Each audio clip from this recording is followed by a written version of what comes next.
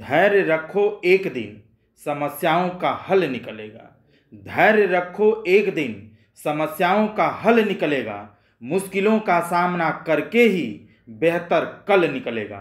वक्त जितना कठिन क्यों न हो, संघर्ष जारी रखो।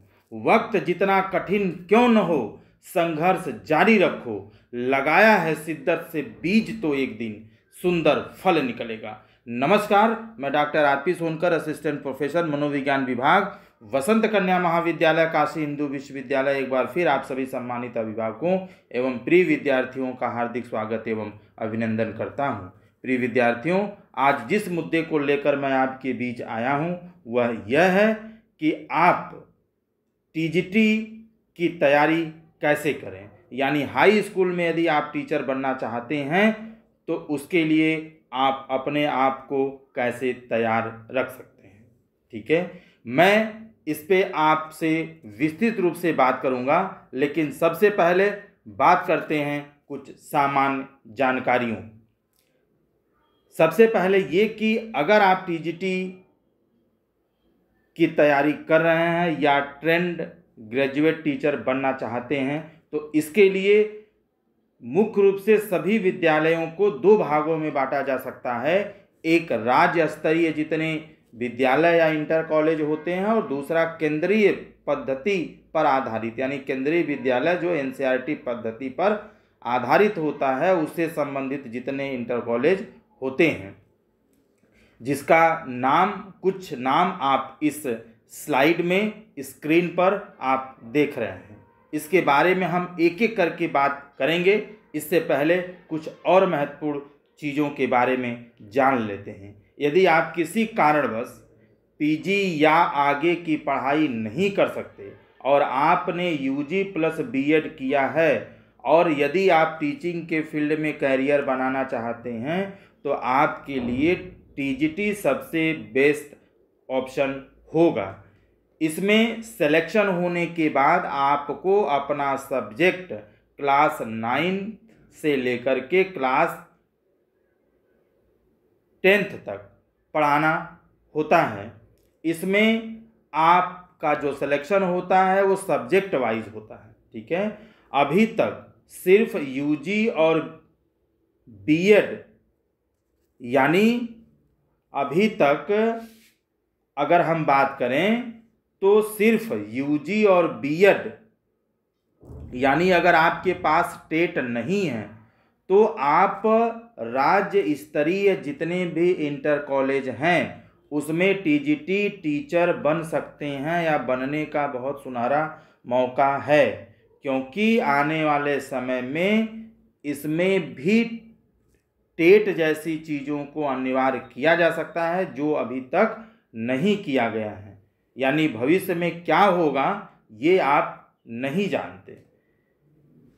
जबकि केंद्रीय विद्यालय पद्धति पर काम करने वाले जितने भी विद्यालय होते हैं, चाहे वो केबीएस हो या एनवीएस हो, यानी केंद्रीय विद्यालय हो, नवोदय विद्यालय हो, सेंट्रल हिंदू स्कूल हो, उन सभी जगहों पर सी टेट को अनिवार्य कर दिया गया है।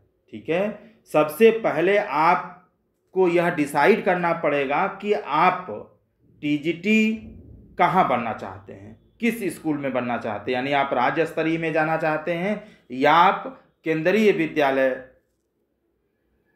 पर आधारित विद्यालयों में जाना चाहते हैं। सी टेट को छोड़ दिया जाए तो बाकी जो एजुकेशनल क्वालिफिकेशन है वो सभी जगहों पर लगभग एक जैसा ही है।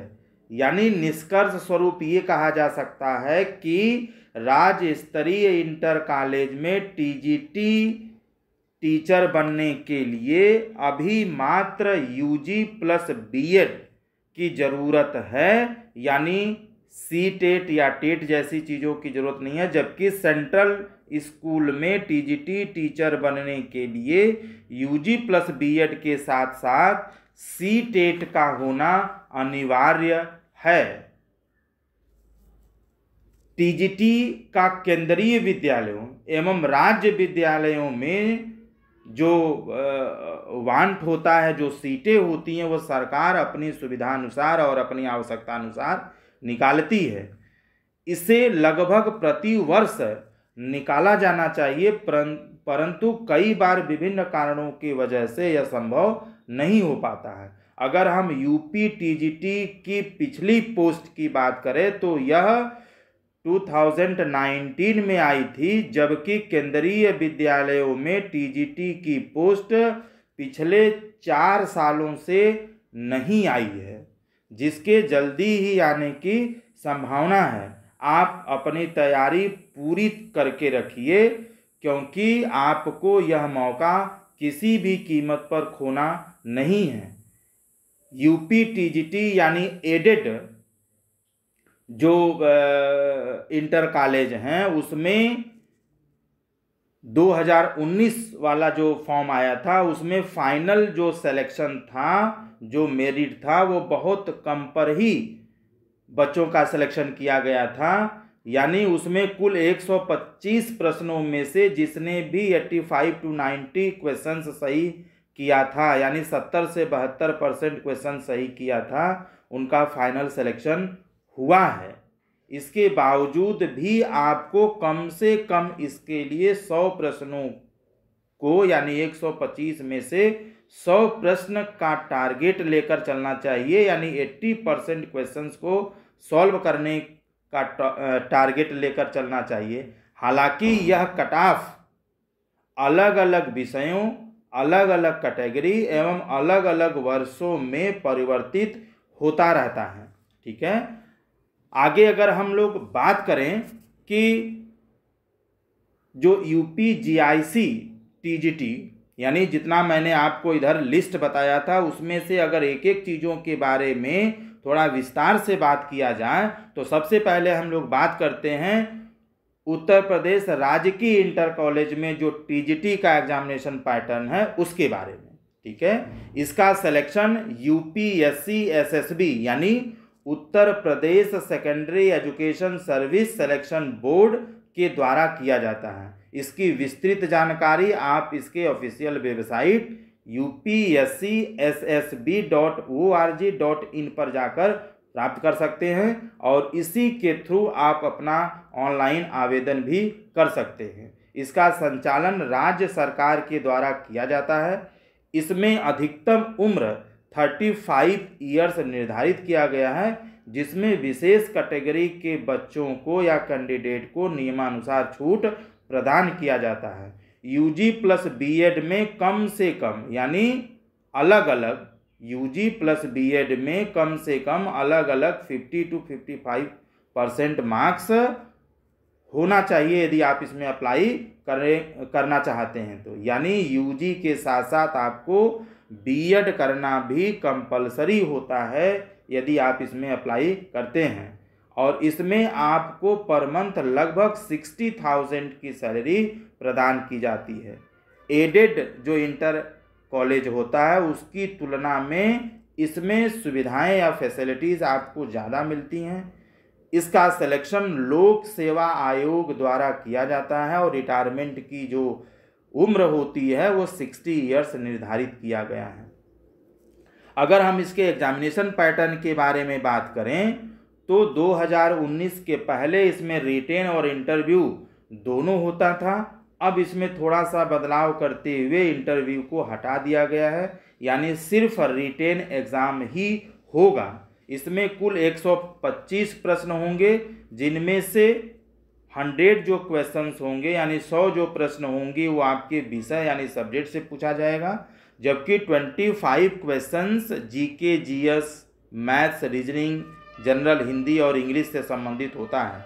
इसमें कुल समय आपको 2 घंटे यानी 120 मिनट का दिया जाता है और प्रत्येक प्रश्न 1 नंबर का होता है, यानी कुल यह आपका एग्जामिनेशन 125 नंबर का लिया जाता है। यह MCQ बेस्ड जो क्वेश्चंस होते हैं यानी जो ऑब्जेक्टिव क्वेश्चन होते हैं उसका ये पैटर्न होता है। इसमें नेगेटिव मार्किंग नहीं होती है और फाइनल सिलेक्शन होने के कंडीशन में आपको राज्य के किसी भी राजकीय इंटर कॉलेज में रैंक एवं प्रेफरेंसेस के आधार पर ज्वाइन करने का आदेश दिया जाता है। अब अगर हम जल्दी से उत्तर प्रदेश एडेड जो इंटर कॉलेज हैं उनमें टीजीटी और उसके एग्जामिनेशन पैटर्न की बात करें तो इसकी सारी चीज़ें यूपी जीआईसी टीजीटी के समान ही होती हैं। सिर्फ 2-3 चीज़ों में अंतर होता है, जिसमें पहली चीज़ ये कि इसमें कोई एज लिमिट नहीं होती है। इसका रिटायरमेंट या इसमें रिटायरमेंट 60 ईयर्स की जगह 62 ईयर्स में होता है, जबकि जीआईसी की तुलना में इसमें यानी एडेड इंटर कॉलेज में टीजीटी यदि आपका होता है तो कम मिलती हैं। अगर हम एग्जामिनेशन पैटर्न की बात करें तो इसमें कुल 125 प्रश्न होते हैं, ठीक है। टोटल जो आपका एग्जामिनेशन होता है वह 500 नंबर का होता है, यानी प्रत्येक प्रश्न 4 नंबर का होता है। एमसीक्यू टाइप्स के जो क्वेश्चंस होते हैं इसमें सभी के सभी प्रश्न आपके सब्जेक्ट से ही पूछा जाता है, जबकि 2019 में यह चीज़ें जो मैं बता रहा हूँ 2019 में जीके जीएस इत्यादि नहीं पूछा गया था, यानी सभी के सभी प्रश्न आपके सब्जेक्ट से ही पूछे जाते हैं। टोटल टाइम आपको 2 घंटे यानी 120 मिनट दिया जाता है। नेगेटिव मार्किंग नहीं होती है, इसमें इंटरव्यू नहीं होता है। साथ ही साथ 2019 में मात्र 125 में से 85 to 90 क्वेश्चंस यानी 70% के आसपास जिन बच्चों ने सही किया था उनका सिलेक्शन हुआ था, ठीक है। लेकिन आपको मैं बार बार कह रहा हूँ, आपको 100 क्वेश्चंस का टारगेट लेकर यानी 80% क्वेश्चंस को सॉल्व करने का टारगेट लेकर चलना चाहिए। इसमें वेटेज भी मिलता है यदि आपने कुछ अलग तरह का जैसे स्पोर्ट्स किया है, एमएड किया है, पीजी किया, इस तरह की चीज़ों पर वेटेज भी दिया जाता है। अब यदि मैं आपको केंद्रीय विद्यालय में टीजीटी और एग्जामिनेशन पैटर्न की बात करूं तो इसका जो सिलेक्शन होता है वह केंद्रीय विद्यालय संस्थान के द्वारा किया जाता है। अगर आप इसकी विस्तृत जानकारी लेना चाहते हैं तो आप इसके ऑफिशियल वेबसाइट kbsangathan.nic.in पर जाकर प्राप्त कर सकते हैं। इसके थ्रू आप इसका जो ऑनलाइन आवेदन भी करते हैं। यह एनसीईआरटी पैटर्न पर आधारित होता है। इसमें अधिकतम जो एज होती है वो 35 ईयर्स होती है। हालांकि विशेष कैटेगरी के बच्चों को नियमानुसार छूट प्रदान किया जाता है। इसमें यूजी प्लस बीएड में कम से कम 50 to 55% मार्क्स होना चाहिए। यूजी प्लस बीएड के साथ साथ सी टेट निकालना या सी टेट क्वालिफाई होना अनिवार्य होता है। इसके साथ ही साथ आपको हिंदी एवं अंग्रेजी दोनों भाषाओं में पढ़ाने की योग्यता होनी चाहिए। ऐसा होने पर आपको वरीयता दिया जाता है। साथ ही साथ आपसे ये उम्मीद की जाती है कि आप कंप्यूटर की भी सामान्य जानकारी रखते हैं। इसमें सैलरी लगभग 60,000 पर मंथ होती है, जबकि रिटायरमेंट 60 ईयर्स निर्धारित किया गया है। अगर हम इसके एग्जामिनेशन पैटर्न की बात करें तो इसमें 2 एग्जाम्स होते हैं, रिटेन प्लस इंटरव्यू। अगर हम रिटेन की बात करें तो इसमें कुल 150 प्रश्न होते हैं, जिसमें subject plus GK GS maths reasoning general Hindi English इत्यादि से संबंधित क्वेश्चंस पूछे जाते हैं।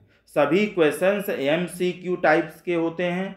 कुल 150 नंबर का आपका यह टेस्ट होता है।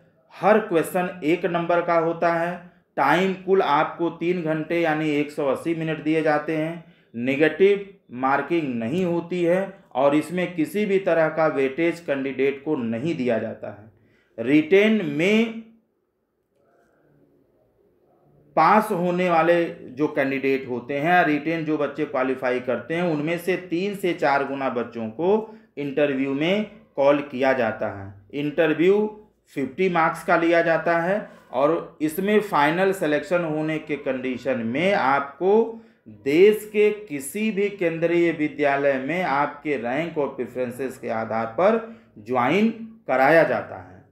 अब यदि हम जल्दी से नवोदय विद्यालय में टीजीटी और टीजीटी एवं एग्जामिनेशन पैटर्न की बात करें तो इसमें सभी चीज़ें केंद्रीय विद्यालय के समान ही होती हैं, अर्थात इसका संचालन भी भारत सरकार के द्वारा किया जाता है। इसमें भी यूजी प्लस बीएड के साथ साथ सीटेट होना अनिवार्य होता है। इसमें भी रिटेन प्लस इंटरव्यू लिया जाता है। इसकी विस्तृत जानकारी आप इसके ऑफिशियल वेबसाइट navodaya.gov.in पर जाकर प्राप्त कर सकते हैं। इसका फॉर्म भी इसी वेबसाइट पर जाकर आप ऑनलाइन कर सकते हैं।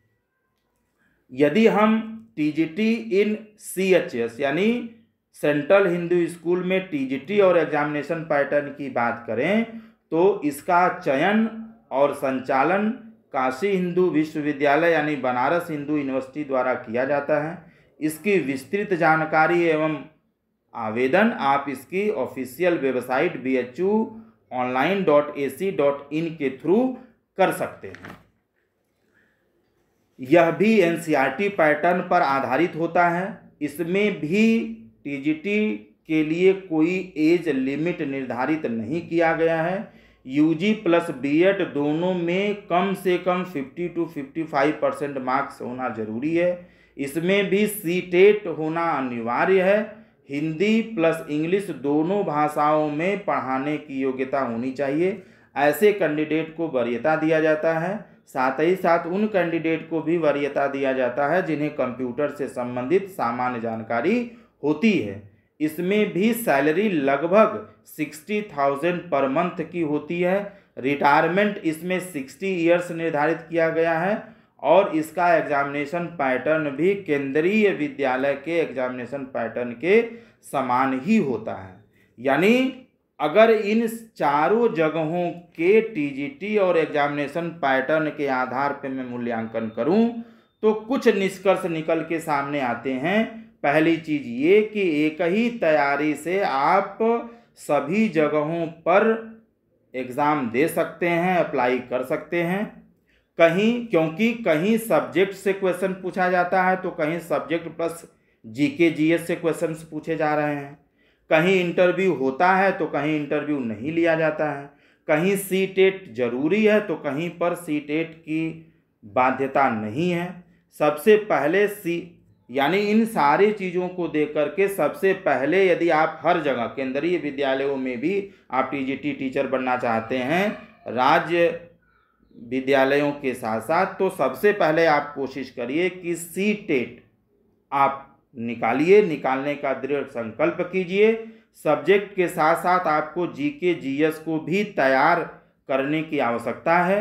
रिटेन के साथ साथ आपको इंटरव्यू के लिए भी तैयार रहना चाहिए। इतनी चीज़ें यदि आप कर लेते हैं तो एक ही एजुकेशनल क्वालिफिकेशन और प्रिपरेशन के आधार पर आप चारों जगहों पर फॉर्म अप्लाई कर सकते हैं और निश्चित रूप से आप अपनी सीट फिक्स्ड कर सकते हैं।